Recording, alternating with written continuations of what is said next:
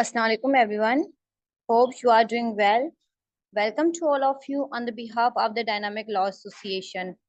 As the Dynamic Law Association has always arranged different seminars, and today it has also arranged a seminar on a new topic, judicial activism in Pakistan. The speaker for the today's session is Sir Sajjad Ali. He is a cleric at the Islamabad High Court and has graduated from the Sindh University. Sir Sajjad, thank you so much for your precious time. So without wasting of your time, now I would like to invite Sir Sajjad to continue the seminar. Assalamu alaikum to everyone. I hope everyone is doing well. At the very outset, I must appreciate and commend the efforts of Dynamic Law Association for imparting the legal education on the significant topics. Few days ago, I observed that Dynamic Law Association arranged a session on preparation for Lawgate. So it is the need of the hour to arrange such sessions and seminars so that the budding lawyers may be aware with the concepts that are prevailing in our legal education. Thank you so much, Bhageshwari, for introduction. And the topic we have today is judicial activism in Pakistan. I would like to start this session with the quotation of US Justice. And according to him, the liberty lies in the heart of men and women. If it is not existing there, no law, no constitution, no judicial precedent can protect it. So, इस quotation को आगे बढ़ाते हुए कि judicial activism इन पाकिस्तान को understand करने के लिए first we need to understand the constitution of Islamic republic of Pakistan 1973. हमारा कॉन्स्टिट्यूशन में मुख्तलिफ चैप्टर्स हैं. हर चैप्टर के अंदर एक इंस्टीट्यूशन का अपना रोल इन्विसेज है. For example trichotomy of power है हमारे कॉन्स्टिट्यूशन में. लेजिस्लेशन का अपना काम है. Judiciary has to function within its own ambit, and likewise the executive has a certain authorities within the permit of the constitution according to which it has to work. अगर ये trichotomy of power हमारे constitution में exist ना करता तो एक institution, एक branch of the country encroach करती on the functions and the duties of the other organ. इसलिए हमारे कॉन्स्टिट्यूशन में एक अलग-अलग सारे ऑर्गन्स और इंस्टीट्यूशंस को एक जिम्मेदारी दी गई है कि you have to function only within those limits. तो जुडिशियल एक्टिविज्म का समटाइम्स जो इस स्कूल ऑफ थॉट से डिसएग्री करते हैं कि जुडिशियल एक्टिविज्म ना हो, उनका ये कहना है कि judicial activism amounts to encroach upon the functions of the executive and the legislation. लिहाजा जुडिशियल एक्टिविज्म को कर्टेल करना चाहिए. तो लेकिन जो इसके प्रोपोनेंट्स हैं, जो ये मानते हैं कि ये school of thought of the judicial activism ठीक है, तो उनका ये राय है कि अगर फॉर मेनी ये जो टर्म्स हैं जुडिशियल एक्टिविज्म, तो ये जुडिशियल एक्टिविज्म इसलिए जरूरी है कि sometimes you have to protect the rights and the interests of public at large. अब दो टर्मिनोलॉजीज हैं. एक है जुडिशियल एक्टिविज्म, इसका अपोजिट है जुडिशियल रेस्ट्रेंट. कुछ जजेस जुडिशियल एक्टिविज्म को फॉलो करते हैं, कुछ जजेस जुडिशियल रेस्ट्रेंट को फॉलो करते हैं. These two terms are opposite to each other. तो इनके मुताबिक और for many these terms have become code words for criticism or a praise. For example, X is a good judge because he is activist. Y is good judge because she exercises self-restraint.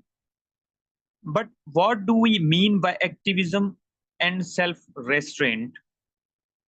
Is one good or the other bad?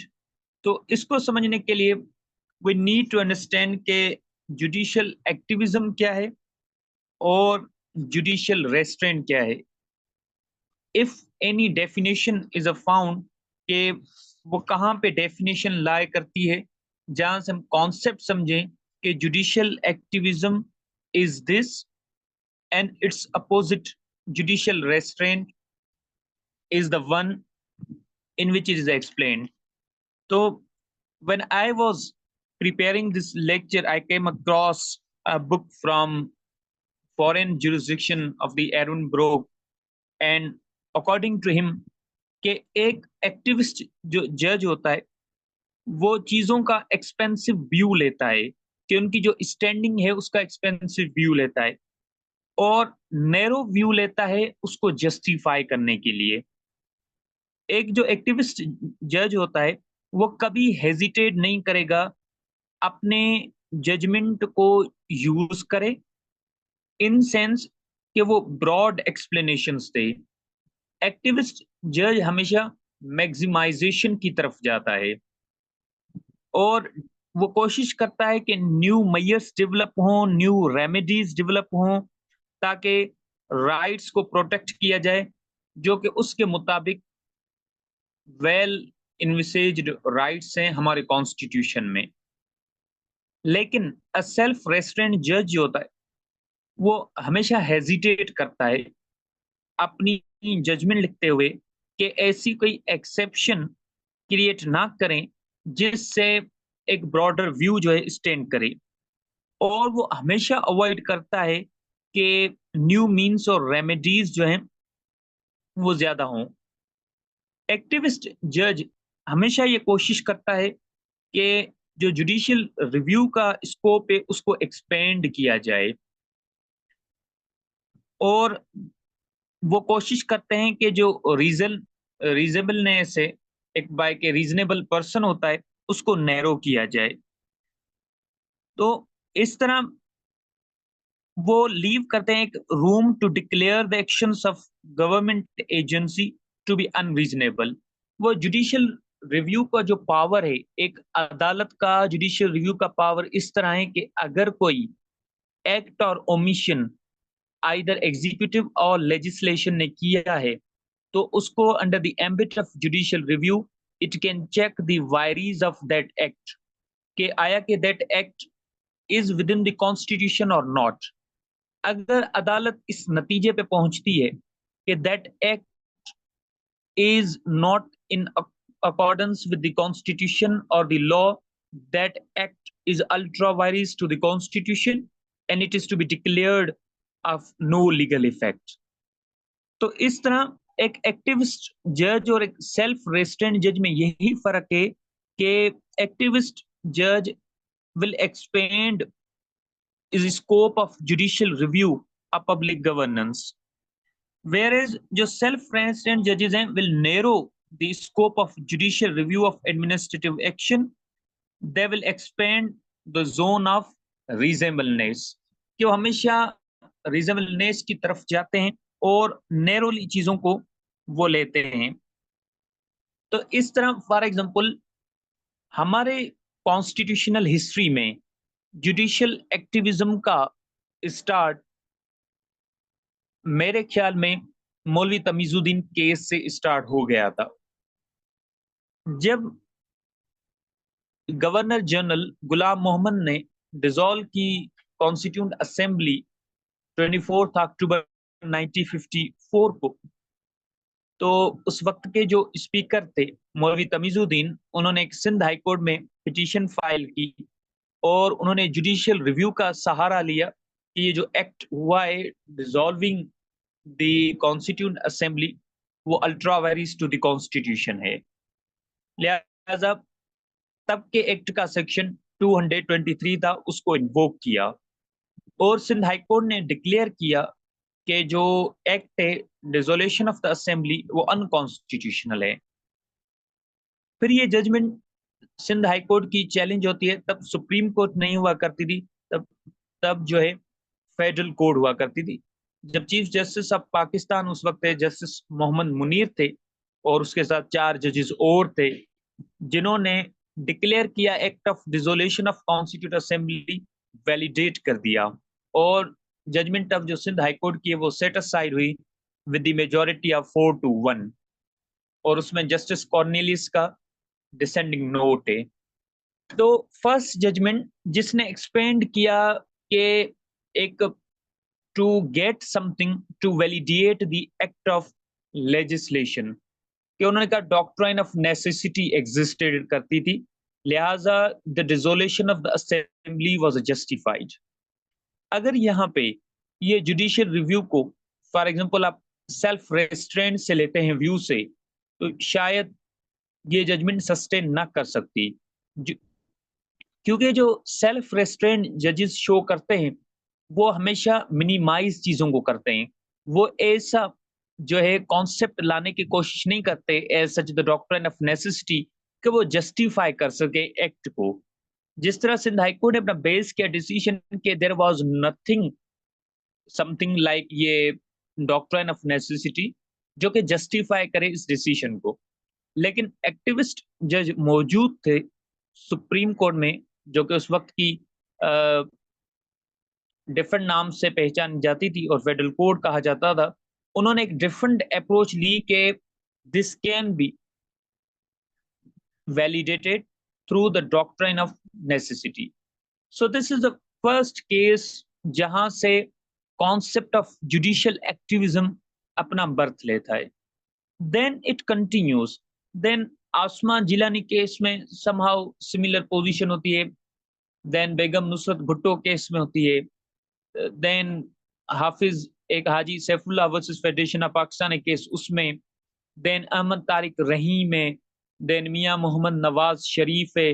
तो like it goes on judicial activism up to the जो है justice Iftikhar Mohammad Chaudhary का इरा आता है 2007 2009, ये जो पूरे मामला होते हैं। जस्टिस इफ्तिकार मोहम्मद चौधरी को कहा जाता है रिसेंट टाइम्स के जुडिशियल एक्टिविज्म के जो फाउंडर हैं या जिन्होंने इस कॉन्सेप्ट को इंट्रोड्यूस कराया within the constitution of Pakistan, वो जस्टिस इफ्तिकार मोहम्मद चौधरी थे। जस्टिस इफ्तिकार मोहम्मद चौधरी अपॉइंटेड हुए as chief justice of Pakistan on 30 June 2005 को। तो उन्होंने स्टार्ट किया टेकिंग सोयोमोटो नोटिस के फंडामेंटल राइट्स के जो केसेस थे, खासतौर पे मिसिंग पर्सन्स के। तो जनरल परवेज मुशर्रफ जो है उन्होंने एक जो है डिसएग्री किया और उनका व्यू था कि आप जो है एक तरह से इंटरफेरेंस कर रहे हैं ऐसे मामलात में जो कि फॉल करते हैं within the ambit of executive, और you are taking extraordinary measures in with regard to suo motu notice. तो उन्होंने 9 मार्च को जनरल परवेज मुशर्रफ ने उन्हें कॉल किया और जो है इसको कहा आप रिजाइन करें। तो चीफ जस्टिस उस वक्त के Iftikhar Mohammad Chaudhry flatly refused to do so. So he was kept in army house for the 5 hours. फिर during these 5 hours justice Javed Iqbal ने took oath as a new chief justice of Pakistan, और जो है justice Iftikhar Mohammad Chaudhry no doubt वो जज भी थे chief justice of Pakistan, लेकिन उसको सुपरसीड किया गया और 5 आवर्स तक उसको एक नजरबंद किया गया और उस दौरान एक और जस्टिस को कहा गया कि you took the oath of as new chief justice of Pakistan. तो फिर मीटिंग कॉल हुई और सारा देन जो है इसके खिलाफ एक कैंपेन चलती है कि जो है, और ये कहा जाता है कि रिजाइन करें परवेज मुशर्रफ, और इन्होंने जो एक्ट किया है वो अनकॉन्स्टिट्यूशनल एक्ट किया है। तो फिर 28 नवंबर 2007 को जनरल परवेज मुशर्रफ रिजाइन करते हैं अपनी from his chief of army staff office और लिफ्ट कर देते हैं आर्मी, खत्म कर देते हैं 15 दिसंबर 2007 को। तो इस तरह जब जस्टिस इफ्तिकार मोहम्मद चौधरी दोबारा रीइंस्टेट हुए तो उन्होंने 110 जजेस को फारिग कर दिया एक ऐसे मैनर में जो कि कॉन्स्टिट्यूशन में इनसेज नहीं था। 110 जजेस वो थे, 110 जजेस, जिन्होंने इफ्तिकार मोहम्मद चौधरी जब वो कन्फाइन था फॉर द 5 आवर्स उनका साथ नहीं दिया।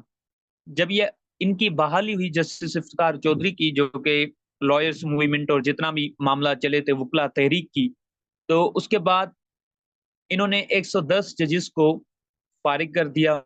उनको कहा you can not serve the judiciary now. इसको कहा जा सकता है कि ये एक ऐसा था जो कि ड्यू प्रोसीजर फॉलो नहीं हुआ था। आप कॉन्स्टिट्यूशन में एक मैकेनिज्म है टू रिमूव द जज, that is called supreme judicial council. High court जजेस और सुप्रीम कोर्ट के जजेस are to be removed in accordance with the constitution by way of supreme judicial council constituted under article 209 of the constitution। तो उसमें और law में ये बहुत जरूरी है कि आप जो प्रोसेस लेते हैं किसी एक्ट करने को, वो बहुत जरूरी होता है।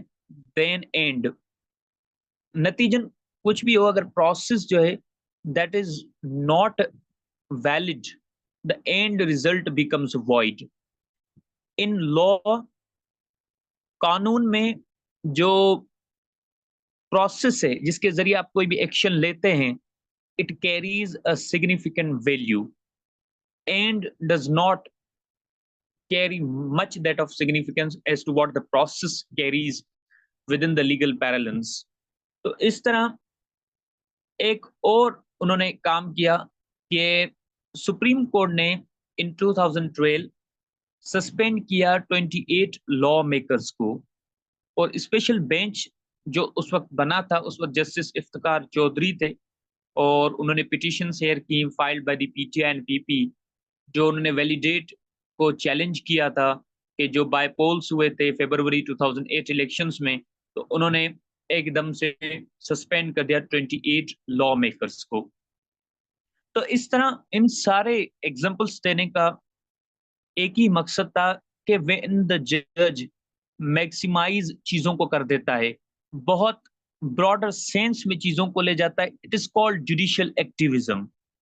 कुछ जजेस हैं जो कि जुडिशियल एक्टिविज्म को इनकरेज करते हैं, फॉलो करते हैं, और उस स्कूल ऑफ थॉट से एग्री करते हैं कि जुडिशियल एक्टिविज्म होनी चाहिए, like justice Iftikhar Mohammad Chaudhry, then justice Saqib Nisar, and to the some extent आप जस्टिस उमर अता बंदियाल को भी कह सकते हैं कि खासतौर पे जो उन्होंने सो मोटो लिया कि एक पिटीशन पेंडिंग थी लाहौर हाई कोर्ट में, जब केपीके और पंजाब में इलेक्शंस नहीं हो रहे थे विद इन 90 डेज।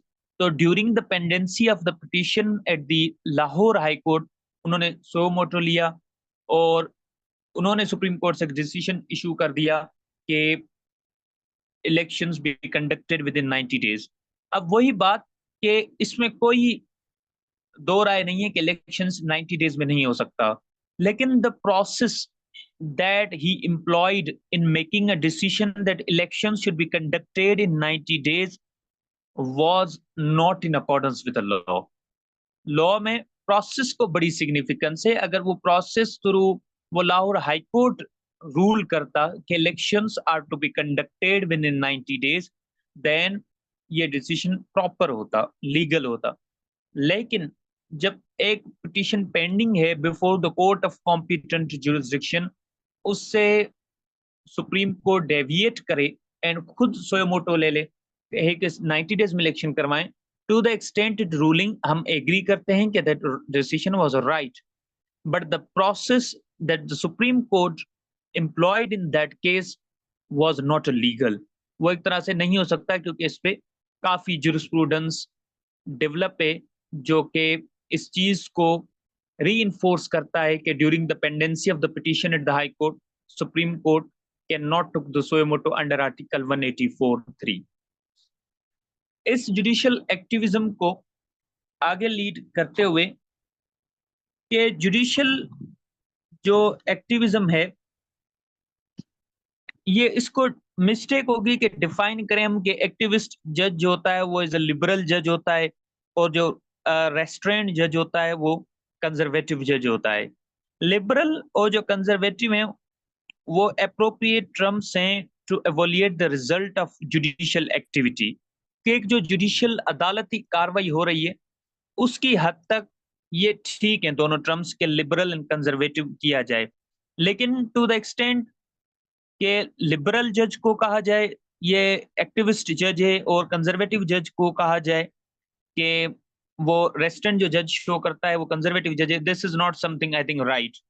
इसका for example if we took an example from the judicial history, more appropriately from the USA, तो वहां पे फॉर एग्जांपल के from the turn of 20th century until the end of 1930s, 1930 तक United States Supreme Court was an activist conservative court that invalidated a number of statutes that sought to recognize individual rights.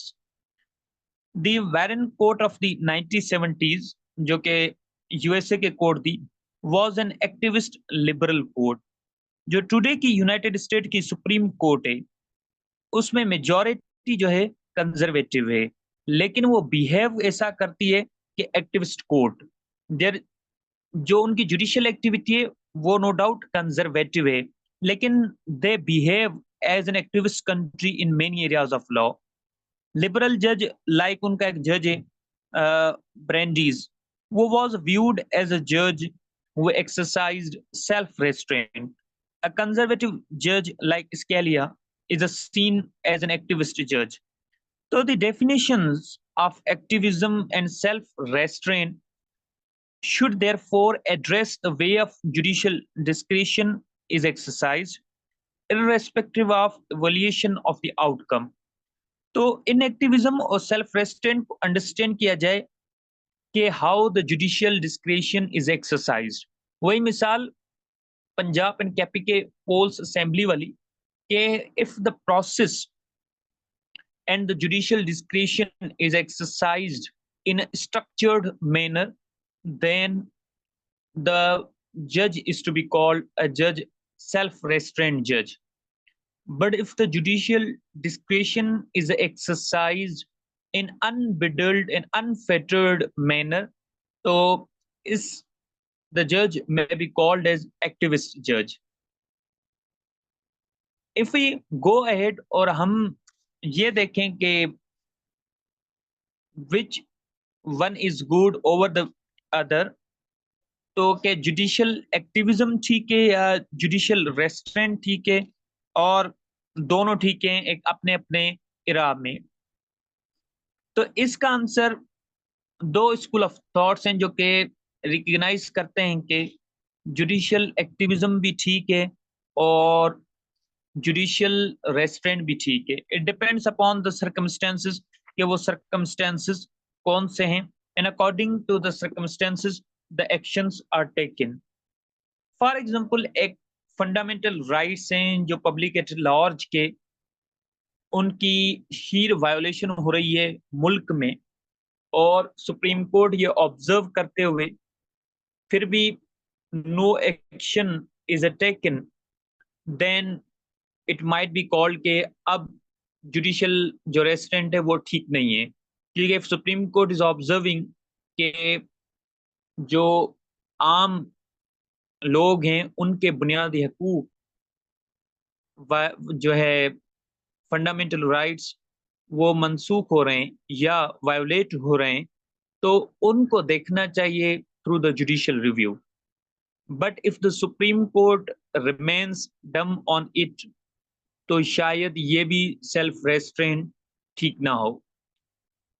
इस तरह judicial activism का भी अपना एक particular time है जिसके वक्त वो ठीक है, otherwise in all circumstances it is not good. For example justice Saqib Nisar ने अपने टेन्योर में मोस्ट प्रोबेबल इन 2018 एक सुएमोटो लिया कि रोटी की जो प्राइस है वो एक्सेसिव ली जा रही है और ये कम होनी चाहिए। अब ये एक ऐसा मामला था रोटी के प्राइस का जो कि रिजॉल्व हो सकता था डिस्ट्रिक्ट कोर्ट और हाई कोर्ट की हद तक। सुप्रीम कोर्ट की पेंडेंसी है, फॉर एग्जांपल 50,000 केसेस पेंडेंसी है सुप्रीम कोर्ट में, and you took the suo motu on the issue के रोटी की जो प्राइस है वो एक्सेसिव क्लेम की जा रही है, so it may not be justified. Act ऐसा हो कि given the circumstances, given the facts of the case, that act must be justified. एक एक्ट अनजस्टिफाइबल होगा देन जुडिशियल एक्टिविज्म भी खराब है, जुडिशियल रेस्ट्रेंट भी खराब है। It's up to the particular facts and circumstances of each case according to which the appropriate actions are taken, और उसके मुताबिक फैसला किया जाता है। तो इस तरह आर्टिकल 184 का क्लॉज 3 है, जिसके तहत judicial activism in Pakistan comes into the action.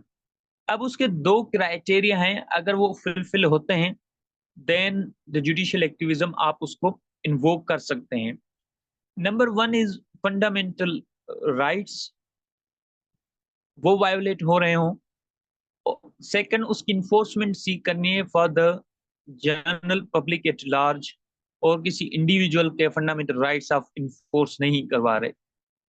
अगर ये दो सेटिस्फाई होते हैं criterion, then the supreme court is justified to take suo motu under article 184(3) of the Constitution, otherwise not। क्योंकि जब सोयोमोटो एक्शन लिया गया था इस केपी वाले मामले में, इसका बार बार जिक्र करना इसलिए जरूरी है कि रिसेंट एग्जाम्पल है, एंड जुडिशियल एक्टिविज्म और जुडिशियल रेस्ट्रेंट को अंडरस्टैंड करना इस पर्पज में बहुत जरूरी है। इट इज द केस जो कि ऑलमोस्ट आप सब लोगों ने फॉलो किया था। इस सोयोमोटो एक्शन को कुछ जजेस ने अनजस्टिफाइड ऑब्जर्व किया और उन्होंने अपने डिसेंडिंग नोट लिखे कि ये जो जस्टिस याया अफरीदी ने लिखा टर्म डिट कि ये जो सोयोमोटो एक्शन है ये जुडिशियल प्रीएम्प्टिव ईगरनेस है टू डिसाइड, के कंसीडरिंग द फैक्ट एक ऑलरेडी पिटीशन उस पर पेंडिंग है। देन आफ्टरवर्ड्स उस पर जस्टिस जमाल खान मंदोखेल ने भी एग्री किया जस्टिस याया साहब से कि बिल्कुल ये जो जुडिशियल प्रीएम्प्टिव है ईगरनेस से डिसाइड करने को। अब ये पहले मामला जुडिशियल एक्टिविज्म का इस तरह ट्रम्प किया जाता है कि जुडिशियल जो चीफ जस्टिस ऑफ पाकिस्तान है उसके पास बहुत पावर्स हैं, he is the master of the roster, तो वो सोयोमोटो भी ले सकता है एंड वो जिस पे भी मैटर समझे वो ले सकता है। जिस तरह जस्टिस साकिब निसा ने डैम्स के लिए पैसे कलेक्ट करना स्टार्ट कर दिए थे, और जो है रोटी का देन मामला हो गया, then he visited the province of Sindh, तो वहां पे एक जज जो है आई गेस वो मोबाइल यूज कर रहे थे, तो उसको उसने उस पर के उन्होंने शो किया अपनी, ये नाराज हुए कि आप ड्यूरिंग द कोर्ट रूम ये मोबाइल क्यों यूज कर रहे हैं। सो इस तरह उसके जो बहुत सारे एक्शंस थे जो कोर्ट रूम से बाहर उनकी इंटरफेरेंस में आ रहे थे, एक्ट में भी जस्टिफाइड हो वो उनका एंड रिजल्ट, लेकिन जो process that he took was not justified if we look it from the lenses of the constitution। तो इस तरह सब्सिक्वेंटली साकिब निसार साहब के बाद देन जो जस्टिस उमर अता बंदयाल हैं उन्होंने कैसे लिए वो फिर जस्टिफाई नहीं करते थे कि क्राइटेरिया जो आर्टिकल 184(3) का था। अब जो रिसेंट सुप्रीम कोर्ट ने एक एक्ट को वैलिडेट किया है और कहा है कि ये ultra vires to the constitution नहीं है टू सम मेजॉरिटी, वो ये है कि supreme court practice and procedure act 2023 जो है वो वैलिडेट हो गया है। इसके अकॉर्डिंग एक 3 मेंबर कमेटी है जो कि डिसाइड करेगी the formation of benches as well as taking the suo motu. Suo motu action सिर्फ चंद एक्स्ट्रा ऑर्डिनरी सर्कमस्टेंसेस में लिया जा सकता है और उसमें वो 3 मेंबर कमेटी का फैसला होना लाजमी है। अब जो supreme court practice and procedure act का नाफिज अमल आ चुका है, तो इससे क्या है कि वो जो डिस्क्रिशन है जो कि सिर्फ चीफ जस्टिस ऑफ पाकिस्तान में वेस्टेड था, 1 पर्सन शो था इससे पहले, now it is to be exercised by the 3 जजेस। ये एक अलग डिबेट है कि अब पहले एक पर्सन के पास था, फॉर एग्जाम्पल अब वो एक और जज को अपने पॉइंट ऑफ व्यू से एग्री करवा लेता है, तो थर्ड जज remains in minority and the majority decision will take place. But I hope के supreme court practice and procedure एक वो एक्ट है जो कि राइट डायरेक्शन में है, और with the passage of time it will evolve और it will act in the right direction. वैसे जुडिशियल एक्टिविज्म के जो इम्पैक्ट्स हैं वो बहुत डायर इकोनॉमिक कॉन्सिक्वेंसेस थे, कि क्योंकि इट हर्ट्स, जो एक इन्वेस्टर का जो सेंटिमेंट्स थे वो फियर होते थे कि रिस्क ऑफ लिटिगेशन इतना ज्यादा है कि अननेसेसरी हमें कंस्ट्रेंट्स होंगी। फॉरेन इन्वेस्टर्स खास तौर पे वो बहुत इस चीज से शाय अवे करते हैं कि यहाँ पे अनसर्टेनिटी और जगह प्रेडिक्टेबिलिटी है वो ज्यादा है। एक इन्वायरमेंट है जो कि क्रिएट किया गया, एक नीडलेस इंटरवेंशन होती है जुडिशरी की in the executive and the legislative domains, और इस तरह जो है हम यहाँ पे इन्वेस्टमेंट से बहुत अवॉइड करते हैं। तो पाकिस्तान बिंग वो कंट्री जो इकोनॉमी इश्यूज से डील कर रहा है, वहां पे अगर फॉरेन इन्वेस्टर भी अपनी इन्वेस्टमेंट नहीं करेंगे, तो इट मीन्स कि we should improve the system and we should behave and adjudicate matter in a way that it fosters the economical development। तो उनको डेवलप करे, तो इस हिसाब से उसके जो है बहुत इम्पैक्ट्स हुए हैं, और एक तरह से डेमोक्रेसी को जो वीक किया है, जमहूरियत जो वीक हुई है, वो उन्होंने स्ट्रेंथ किया है एक मिलिट्री रूल को और एक डिक्टेटर रूल को। तमीजुद्दीन केस के अलावा भी बहुत सारे ऐसे केसेस थे जहां पे जुडिशियल एक्टिविज्म शो कर डेमोक्रेसी को मजीद वीक किया गया। जिस तरह जफर अली शाह केस था, जिसमें जनरल परवेज मुशर्रफ की जो 1999 की इम्पोजिशन ऑफ मार्शल थी वो रबर स्टैंप हुई by the supreme court. Then Begum Nusrat Bhutto का जो केस था, जब जनरल जियाउल हक की 1977 की डिक्लेरेशन ऑफ मार्शल थी, उसको लीगल कवर दिया by then chief justice Anwarul Haq court. तो ये ऑल जो इम्पोर्टेंट रीडिंग्स हैं, ये एक लेसन की तरफ लेकर जाती हैं कि जहां पे भी जुडिशियल एक्टिविज्म या जुडिशियल रिव्यू को मैक्सिमाइज किया गया है, चीजों को रीजनेबलनेस से एक अपर लेवल पर ले गया है, तो it hurts the democracy, it hurts the foreign investors, it hurts the general public at large. General public at large का भी जो परसेप्शन है अबाउट द जुडिशरी, वो एक तरह से हर्ट होता है कि how things are being tackled, वो किस तरह चीजों को लीड कर रहे हैं।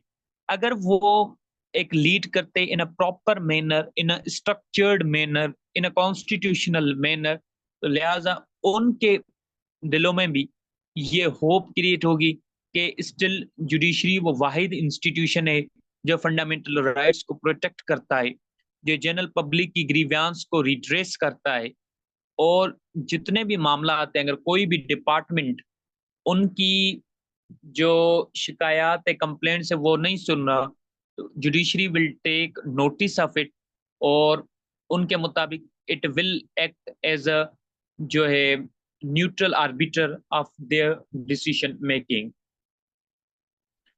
तो इस तरह जो चीफ जस्टिस की अथॉरिटी कटेल हुई है through the supreme court practice and procedure, तो ये फर्स्ट स्टेप है टूवर्ड्स इंश्योरिंग दैट अब जुडिशियल एक्टिविज्म को कम होना चाहिए। और जो पावर्स रिलेटेड हैं कि अब जो सेकंड थिंग है कि powers related to appointment and removal of जज है और कॉन्स्टिट्यूशन का, तो इसको भी स्ट्रक्चर्ड होना चाहिए, एक क्राइटेरिया होना चाहिए जिसके जरिए judicial nominees should be introduce, और एक जो है इनपुट होना चाहिए तमाम स्टेक होल्डर्स से जो हमारे सोसाइटी में है ऑन दिस मैटर, कि जिस तरह एक यूज होता है, क्योंकि फेवरिटिज्म और नेपोटिज्म जब ज्यादा हो जाती है सुप्रीम कोर्ट से में जो एलिव वो हाई कोर्ट के जजेस सिर्फ वो होते हैं जो कि they are beloved to the some of the chief justice as seen in the past, तो वो उनसे मिलकर फिर ऐसा एक्शंस वो लेते हैं, वो बेंच लेती है कि जो कि रीजनेबलनेस की क्राइटेरिया को क्रॉस करके जाती है। तो to this end, an independent and objective criterion for the selection of judicial nominees must be introduced, and use of discretion to pick and choose judges for specific cases must be regulated. तो इस तरह I hope कि ये जो supreme court practice and procedure bill है, ये एक first step है जो कि ये इंश्योर करेगा कि हर एक इंस्टीट्यूशन अपने अपने जो उनके एम्बिट्स हैं इन द कॉन्स्टिट्यूशन उनकी हद तक रेस्ट्रेन रहते हैं, दे डू नॉट एक्सीड और cross the limits prescribed by the constitution of Islamic republic of Pakistan 1973। सिर्फ वही डिस्क्रिशन यूज करते हैं जो कि कॉन्स्टिट्यूशन अकॉर्ड कर रहा है उनको, क्योंकि ब्रॉडर सेंस में देखें वो जुडिशियल एक्टिविज्म का अपना ये हो इंस्टेंस हो या कोई और कॉन्सेप्ट हो, अगर वो लॉ एंड सोसाइटी को बैलेंस नहीं करता तो it amounts to something as an unreasonableness. Law को देखना चाहिए in the context of the society we have. अगर एक लॉ मुआशरे की नीड्स को बगैर देखे हुए अपने फैसले रेंडर करता है, अपने तमाम उस मुआशरे की जो राइट्स और नीड्स को इग्नोर करते हुए जो अपना फैसला अदलिया रेंडर करती है, that decision will have minimum significance एक तरह से, क्योंकि you have ignored the people upon which this decision is to be enforced. उनकी नीड्स को, उनकी राइट्स को, प्रैक्टिकलिटी की तरफ उनको चीजों को देखा जाए कि how the decisions are to be enforced within the society that we do have in the Pakistan. तो इस तरह आई होप के जुडिशियल एक्टिविज्म को अब रेगुलेट किया जाएगा। Now it's a time to के जुडिशियल एक्टिविज्म को कम किया जाए। वो तमाम स्टेप्स जो हमने अपनी हिस्ट्री में ली हैं, जुडिशियल हिस्ट्री में, उनसे लेसन लेते हुए कि now we must stop taking extraordinary measures that do not justify the limits prescribed by the constitution, और जुडिशियल रेस्ट्रेंट को शो बिल्कुल करना होगा ताकि जो चीजें हैं वो नॉर्मलाइजेशन की तरफ चलें। इस तरह ना हो कि हम अगेन फिर 10-15 सालों के बाद आज की मिसाल देते रहें कि judicial activism was at a peak during 2023, 2024, and some of the judges at that time were taking extraordinary measures ताकि जो आम पब्लिक के जो राइट्स थे वो वायोलेट हो रहे थे। आजकल का स्टेटिस्टिक्स भी शो करता है कि सुप्रीम कोर्ट में पेंडेंसी अराउंड 57,000 केसेस की हो गई है। इसमें वो केसेस भी हैं जो कि पर्सन्स बिहाइंड द बार्स हैं, वो भी हैं जिनके प्रॉपर्टीज के मैटर हैं और जो है 1990s से पड़े हुए हैं, that are not decided yet. तो इस तरह इन सारी चीजों को देखना पड़ेगा कि अगर इन सोयोमोटो और जो लार्जर बेंचेस बनते हैं उसको कम किया जाएगा तो एक आम जनरल पब्लिक के जो मैटर्स पेंडिंग है before the supreme court of Pakistan वो डिसाइड हो सकेंगे in accordance with the law. So we need to cater the judicial activism, we need to regulate it, we need to behave in a manner that justifies the act, और हमें कोई constitution से उस act के लिए back होनी चाहिए। So moving ahead, कि इसमें जब मैं रॉबर्ट एच ब्रोक को पढ़ रहा था एंड ही डिफाइंस के एक्टिविस्ट जजेस को किस तरह डील किया जाए, मतलब किस तरह अंडरस्टैंड किया जाए, तो ही राइट्स के एक्टिविस्ट जजेस वो होते हैं जो डिसाइड करते हैं अपने cases in a way that have no plausible connection to the law they purport to be applying. तो उनका लॉ से कोई कनेक्शन ही नहीं है जिस लॉ के अंडर समझ रहे हैं कि we are deciding this case, or who stretch or even contradict the meaning of that law. So they arrive at results by announcing the principle that were never contemplated by those who wrote and voted for the law. तो इस तरह के law की जो activist जज की जो चीजों को लेना होता है, there was never intended by the parliament, क्योंकि इंटेंशन ऑफ द लेजिस्लेशन बहुत जरूरी है हमारी स्टैट्यूटरी इंटरप्रिटेशन में, जो कि एक अलग टॉपिक है। लेकिन इन वन लाइनर कि जब एक लॉ पास हो रहा था तो पार्लियामेंट की, लेजिस्लेचर की इंटेंशन क्या थी। अगर जज एक एक्ट करता है that is against the will and intention of the parliament, it has no significance at all. Sometimes courts justify by virtue of text, by virtue of जो है purposive interpretation, लेकिन इनके अगर आप against the will and intention of parliament जाते हैं तो ये उन बुनियादी उसूलों में से एक उसूल है कि जब आप इंटरप्रिटेशन करते हैं या कोई एक्शन लेते हैं, you have to consider the intention of a legislature, कि उस वक्त के जो कानून साज इदारा था उनकी इंटेंशन क्या थी बिहाइंड लेजिस्लेटिंग दिस पीस। तो इस पे जुडिशियल एक्टिविज्म को I believe, that is my personal opinion, क्या स्ट्रक्चर्ड होना चाहिए, इसको रेगुलेट होना चाहिए, समहाउ सम प्रिंसिपल सेट होनी चाहिए। We must learn from the history, जो पेंडेंसी है उसको डील किया जाए। और जब एक्टिविज्म नहीं होगी, जुडिशियल एक्टिविज्म, सोयो मोटो कम लिए जाएंगे, तो ऑलरेडी पेंडिंग केसेस हैं वो डिसाइड जल्द हो सकेंगे hopefully.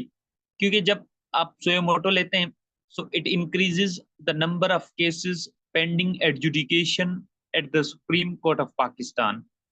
Or in the most of the cases, judicial activism Supreme Court से ही अराइज आउट हुई है, क्योंकि हाई कोर्ट के पास ऐसा कोई पावर नहीं है कि वो सोयो मोटो जुरिस्डिक्शन एक्सरसाइज कर लें। 199 का भी यही स्कोप है कॉन्स्टिट्यूशन का कि on the application of aggrieved person, लेकिन सुप्रीम कोर्ट के लिए कोई क्राइटेरिया नहीं है।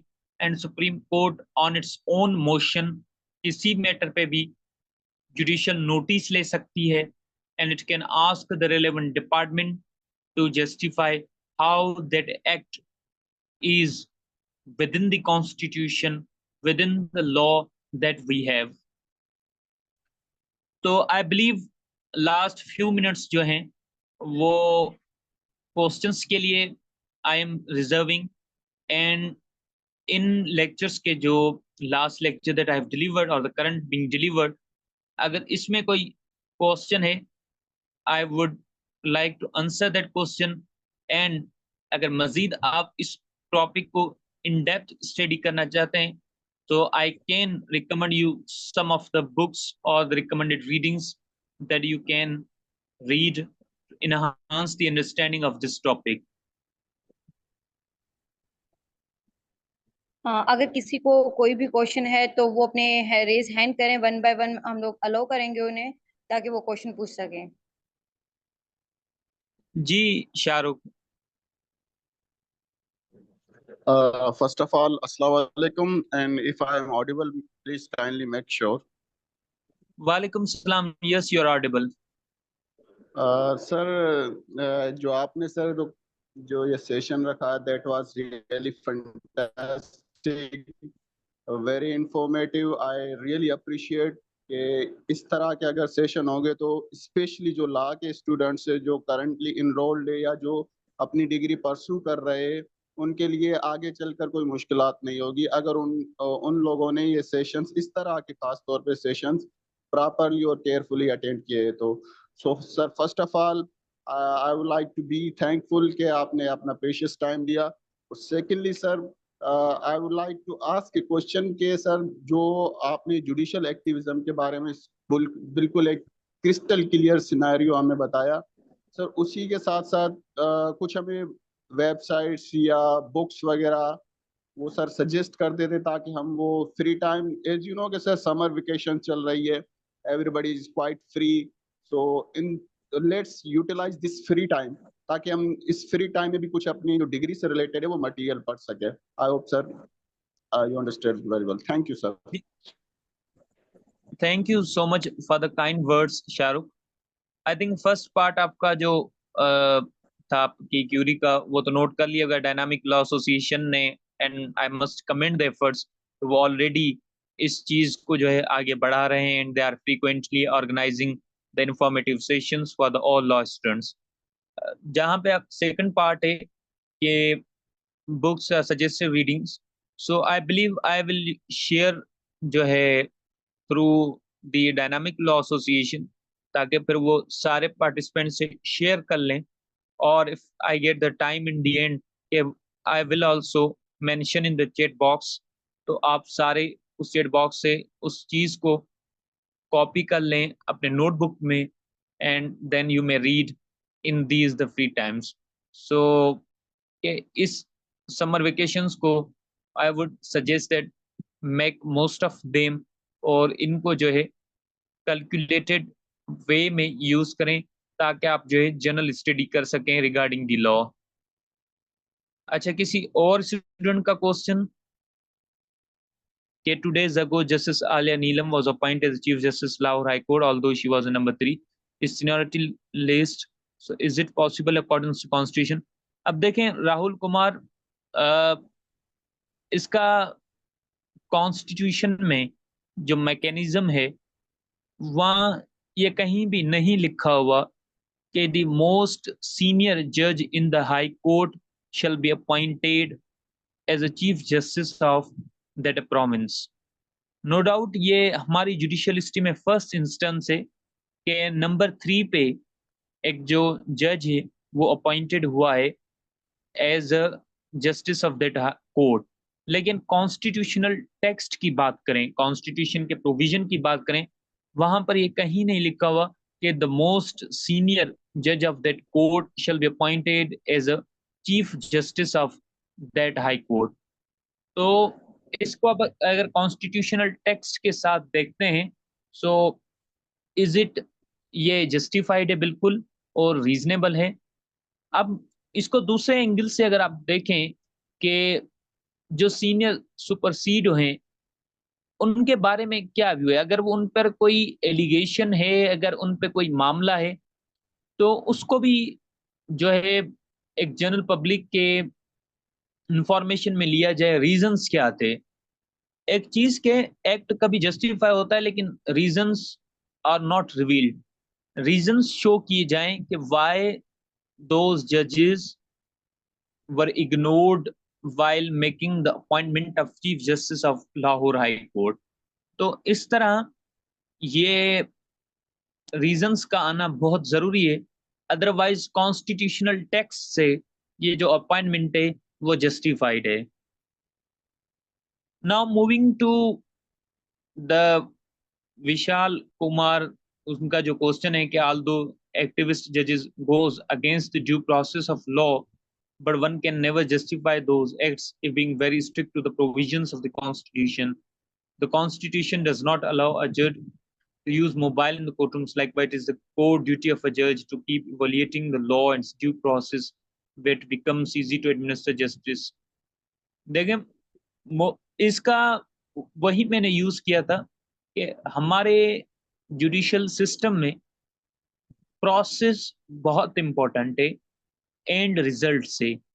अगर आपका एंड रिजल्ट अच्छा हो, प्रोसेस बेड है, तो जो आपका एंड रिजल्ट है वो अज खुद बेड हो जाएगा। लेट से एक पर्सन जो है कॉन्ट्रैक्ट करता है किसी दूसरे पर्सन से, और आप समझते हैं कि जिसने कॉन्ट्रैक्ट वायोलेट किया उसको कंपनसेशन देनी चाहिए। अब एक फैसला ये है कि कंपनसेशन का आप कह देते हैं कि with in 10 days evidence record किए बगैर आप कह देते हैं कि कंपनसेशन बी पर्सन को कहते हैं आप इनको दें ए पर्सन को। नो डाउट आपका डिसीजन सही भी हो, लेकिन द प्रोसेस दैट यू टुक के डिसाइडिंग 10 15 days एविडेंस रिकॉर्ड नहीं किया, रिटन स्टेटमेंट नहीं आई, तो होल थिंग्स बिकम विटिशिएट। तो इस चीज को समझना है कि प्रोसेस को अंडरस्टैंड करना चाहिए, मोबाइल यूज नहीं करना चाहिए। और कॉन्स्टिट्यूशन में तो इसका जिक्र नहीं है कि मोबाइल के यूज के रिगार्डिंग के वो लॉफुल है या अनलॉफुल है, लेकिन कोड ऑफ कंडक्ट के मुताबिक शायद वो अनलॉफुल हो। लेकिन अगेन एम्फेसिस है कि आप प्रोसेस को ठीक करें। The process that you took should be in accordance with the law. Moving to the next question, और उसमें है कि the article 2(4) of the constitution provides for the contempt of court. How does this provision के, अब देखें दो इस पे व्यू हैं। जो आर्टिकल 204 है उसमें 3 काइंड्स ऑफ कंटेम्प्ट है। एक तरह से एक है जुडिशियल कंटेम्प्ट, देन है कि सिविल कंटेम्प्ट, देन है कि क्रिमिनल कंटेम्प्ट। इसका जो इस पे रिसेंट जजमेंट भी आई है इस्लामाबाद हाई कोर्ट की तरफ से, कि आर्टिकल 204 को इंटरप्रेट किया है कि जहां पर तनकीद ऐसी हो जो कि चीजों को इम्प्रूव करने के लिए हो, इंटिमिडिएशन की ना हो, तो वहां पर नहीं हो सकती। फॉर एग्जाम्पल इसका मिसाल एक हम हिस्ट्री में भी लेते हैं कि इमरान खान ने बैक इन 2018 एक स्पीच की थी, और उसमें उन्होंने कहा था कि जो लॉ है पुअर के लिए अलग है, गरीब के लिए अलग है और अमीर के लिए अलग है। तो उस पे हाई कोर्ट ने रिफ्यूज किया उसको चार्ज करने के लिए कंटेम्प्ट ऑफ कोर्ट पे। उन्होंने कहा कि ये मेयरली एक तनकीद है कि जिस तरह से हमारा फंक्शन कर रही है कोर्ट्स, तो लिहाजा इस पे कंटेम्प्ट ऑफ कोर्ट नहीं होगी। ये डिपेंड करता है कि जो वर्ड्स यूज हुए हैं, जो लैंग्वेज इस्तेमाल हुई है अगेंस्ट जज, it amounts to contempt of court within the purview of article 204 और नॉट। अगर वो देखें, तनकीद का भी दो इकसाम है। आप हमेशा तनकीद जजमेंट की करते हैं कि एक जो जजमेंट है वो ठीक नहीं है, इन अकॉर्डेंस विद द लॉ नहीं है। जज को पर्सनली नहीं करते कि एक फॉर एग्जाम्पल एक जज की जजमेंट आपको पसंद नहीं है और आप उस जज को पर्सनल लेवल पे जाकर उसकी तनकीद करें कि ये जज ऐसा है, ये जज वैसा है, that is not a permissible. आप तनकीद कर सकते हैं उसने जो जजमेंट दी है, आप कह सकते हैं कि this judgment is not in accordance with constitution. आप रीजन दें कि क्यों जजमेंट वो ठीक नहीं है। सेकंड चीज ये है कि जज ऑलवेज स्पीक्स थ्रू हिज और हर जजमेंट, तो लिहाजा उसकी जजमेंट को ही तनकीद करना बेहतर रहेगा, बजाय आप उस पर पर्सनल कोई कमेंट दें। That is not legal.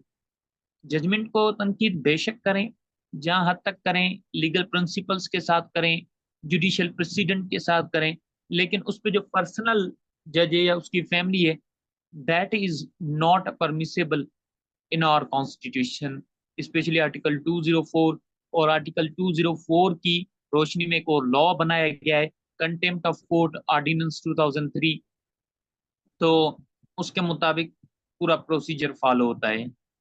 Sajjad, thank you so much. I know कि आपका बहुत ही हेक्टिक शेड्यूल होता है, लेकिन उसके बावजूद भी आपने हमें टाइम दिया। और दूसरी बात ये कि मैंने अपनी क्लास वालों से सुना था कि आप बहुत ही अच्छा पढ़ाते हैं, आपका जो वे ऑफ एक्सप्लेनेशन है वो बहुत ही जबरदस्त है। तब मेरी एक विश भी थी कि मैं आपसे कोई सेमिनार के हवाले से, मतलब किसी भी टॉपिक के हवाले से मैं कुछ ना कुछ जरूर सीखूं। तो मुझे भी आज डायनेमिक लॉ एसोसिएशन ने एक मौका दे दिया कि आपसे कुछ सीखने के लिए, और आपने बहुत ही अच्छा हमें गाइड किया इस टॉपिक के ऊपर। और जैसे कि मुझे ये भी पता है कि आपने लास्ट टाइम जब आपने लॉ गेट दिया था, तब I think all over the Pakistan के अंदर आपने सेकंड पोजीशन ली थी। तो इंशाल्लाह नेक्स्ट टाइम हम आपसे ना एक और डायनामिक लॉ एसोसिएशन एक सेमिनार अरेंज करेंगे, अगर आप हमें अपना टाइम देते हैं लॉ गेट के ऊपर, कि हम भी अपना इतना अच्छा स्कोर कैसे बना सकते हैं। तो thank you so much Sajjad again for your precious अच्छा, time. thank you so much, Bhageshwari, for all these kind words. And it is always pleasure to be here, Dynamic Law Association. Thank you so much, Dynamic Law Association, for having me on this significant topic. And I believe कि जितना judicial activism पे with in this time हो सकता था, I tried my level best, and इंशाल्लाह will take the forum of Dynamic Law Association on another topic very soon. Thank you so much for having me.